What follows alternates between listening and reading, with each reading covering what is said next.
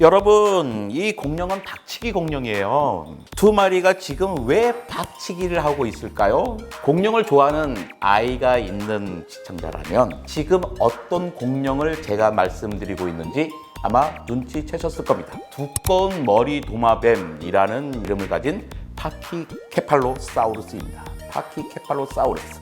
여러분, 우리는 입에 익지 않지만 아이들은 정말로 그 이름을 잘 이야기하죠.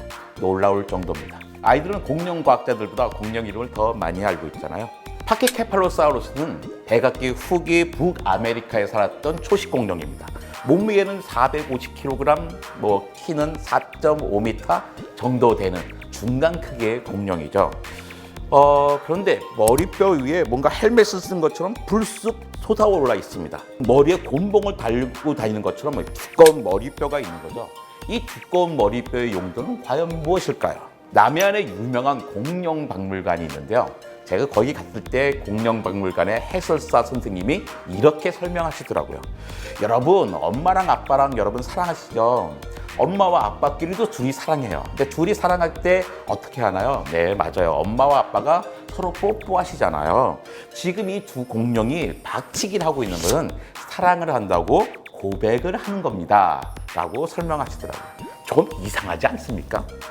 아니, 사랑을 하는데 왜 박치기를 할까요? 영희 씨 사랑해요.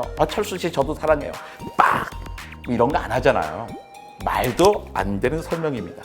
도대체 해설사 선생님은 무슨 생각을 하고 이런 말씀을 하셨을까요?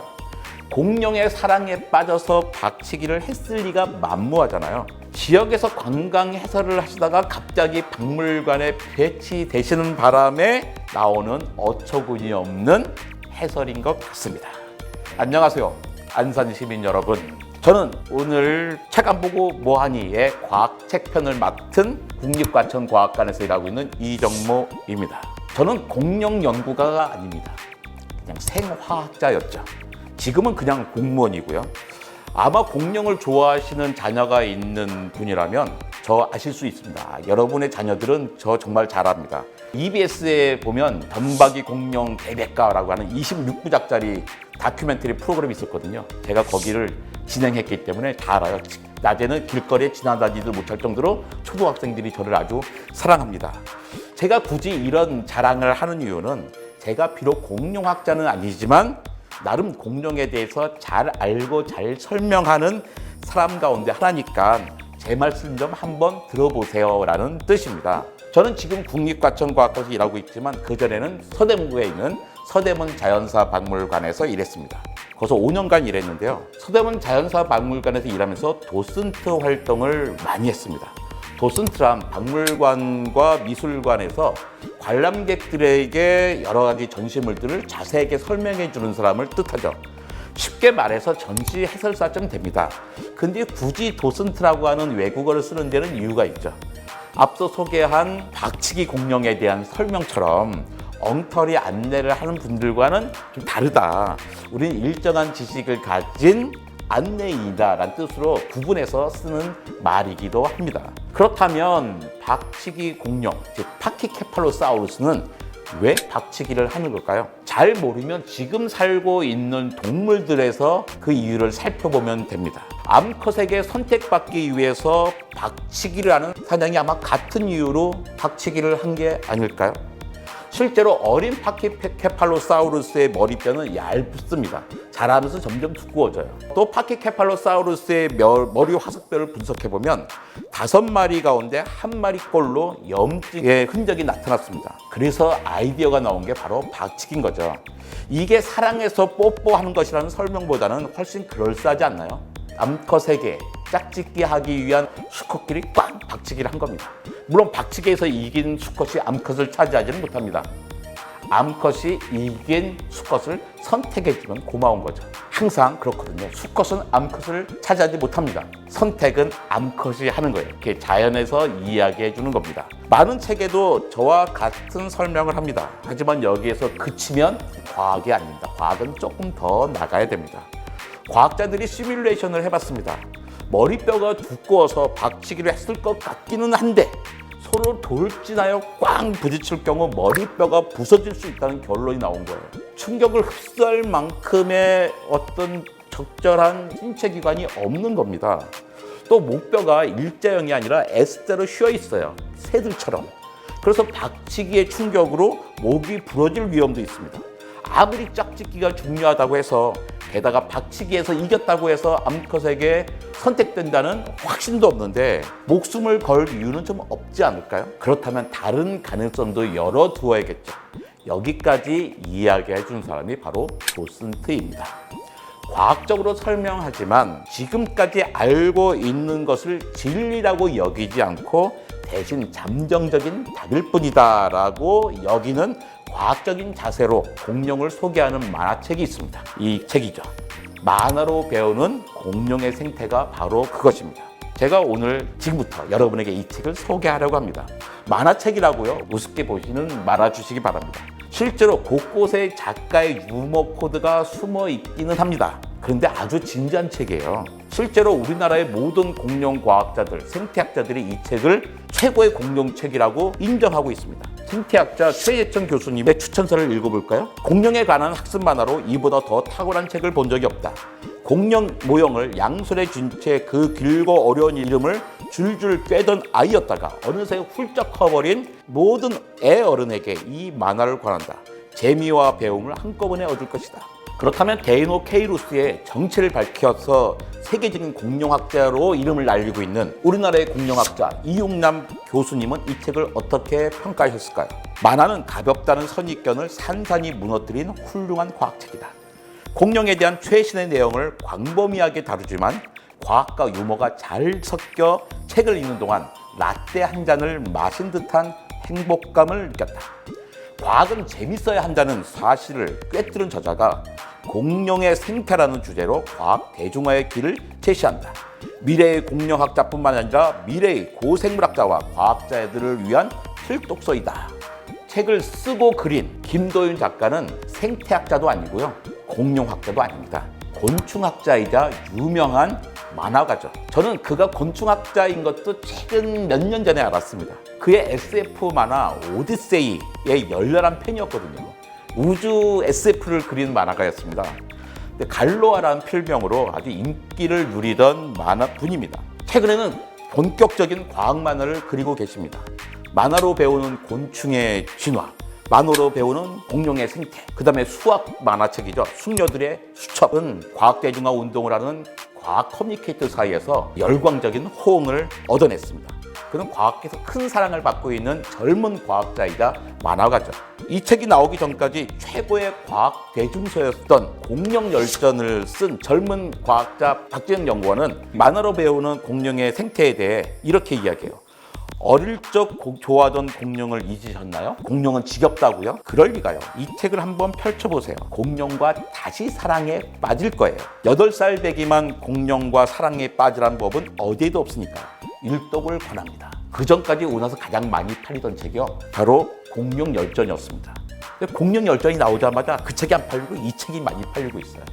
저도 한 권을 읽으라면 이 책을 읽으라고 권하겠습니다. 김도윤 작가는 무시무시할 정도로 철저한 고증을 거쳤습니다.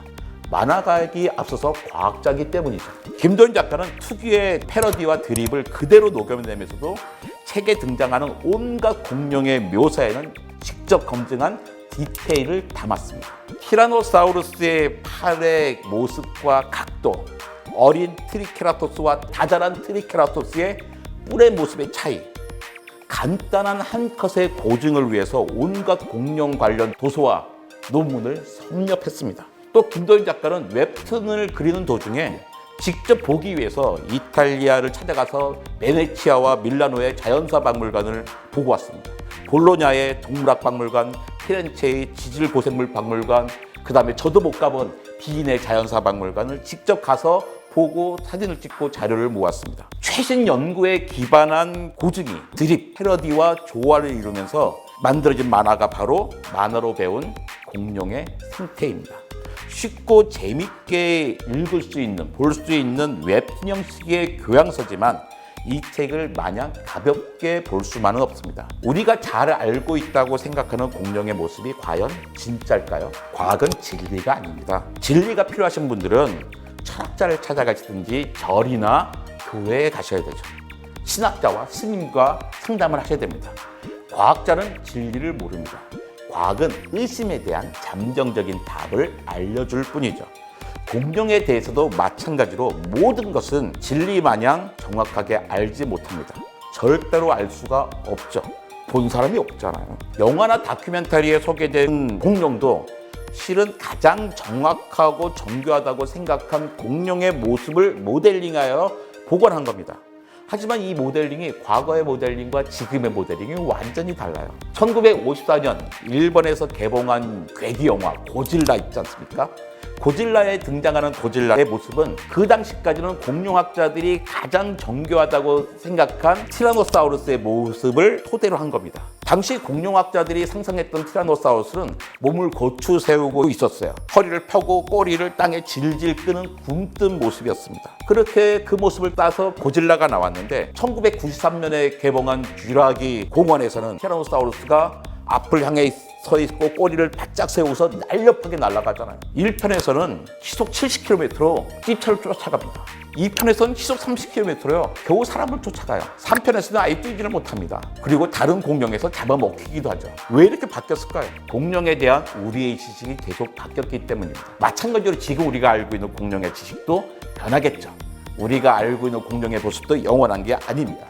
이 책을 통해 김도윤 작가가 간주하고 싶어 하는 주제가 바로 패러다임의 변화입니다. 작가는 여기 소개하는 공룡의 습성이나 모습도 언제 깨어질지 모르는 정교한 모델링의 결과일 뿐이라고 강조하고 있죠. 저는 서대문 자연설박물관에서 도슨트 활동을 아마 최소한 500번은 했을 겁니다. 도슨트 활동을 할 때마다 500번 가운데 한 450번쯤 받은 질문이 있습니다. 그 질문이 뭐냐면요. 공룡이 왜 멸종했습니까? 라는 겁니다. 정말 지겨운 질문이었습니다. 다 알면서 묻는 거예요. 1990년대 초반까지만 해도요. 공룡의 멸종에 관한 이론은 100가지가 넘었습니다. 지금은 한 가지밖에 없어요. 6,600만 년 전에 지름 10km짜리 거대한 운석이 꽝 부딪히면서 지구가 초토화되고 온갖 기후 변화가 생겨서 멸종됐다는 거죠. 뻔히 다 알고 있습니다. 그 100가지에 관한 이론이 궁금하시다면요. EBS 지식 채널 2에 공룡 멸종에 관한 101가지 이론이라는 게 있습니다. 유튜브에 찾아보십시오. 그거 보시면 훨씬 재밌습니다. 근데 이런 뻔한 질문 말고 정말 고마운 질문이 있습니다. 그걸 어떻게 알아요? 하는 거예요. 도슨트 활동을 할 때 이런 질문을 받으면 당황스럽지만 고맙죠. 제가 막 설명하면 에이 그걸 어떻게 알아요? 하는 게 바로 그런 질문이에요. 그런데요. 정말 그 질문에 과학자의 자세가 담겨져 있습니다. 중생대는 트라이아스기, 쥐라기, 백악기로 구성되어 있습니다. 중생대 코너에 가면요. 제일 처음에 암모나이트 화석이 쫙 있습니다. 설명을 하죠. 이거는 암모나이트는요. 중생대의 표준 화석이고요. 막 설명하고 있는데 이미 사람들의 눈은 딴 데가 있어요. 바로 제일 초입에 있는 스테고사우루스라고 하는 공룡이죠. 쥐라기 시대의 초식 공룡입니다. 스테고사우루스는 재밌게 생긴 공룡입니다. 머리는 조그맣고요. 등에는 뾰족뾰족한 골판이 있고 꼬리에는 침이 4개나 달려있죠. 그리고 초식 공룡입니다 라고 이야기하면 이제 중이들이 탁 튀어나오죠. 에이 그걸 어떻게 알아요? 라는 겁니다.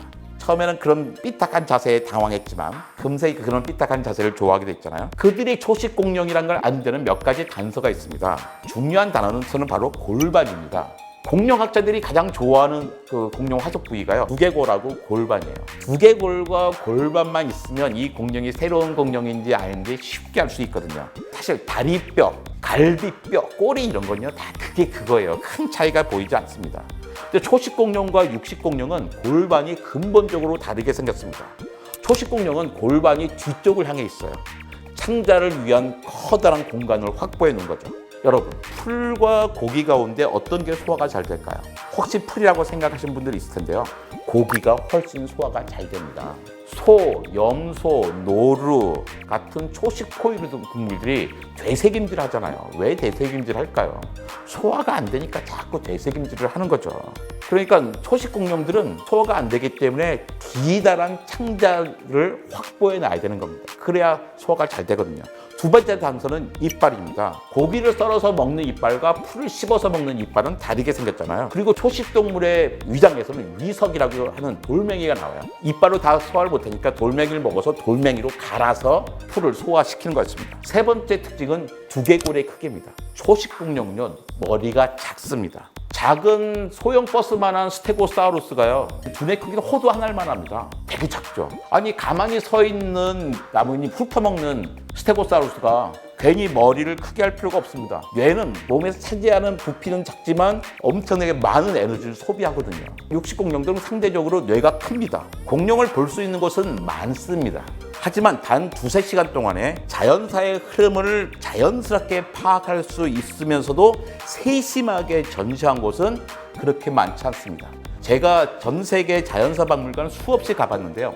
가장 좋은 곳은 서대문 자연사 박물관입니다. 성인 6,000원, 청소년 2,000원, 어린이 1,000원에 모시고 있습니다. 그 전에 거길 가시기 전에 이 김도윤 작가의 만화로 구해오는 공룡의 생태를 읽고 가신다면 그 관람이 훨씬 재밌을 겁니다. 감사합니다.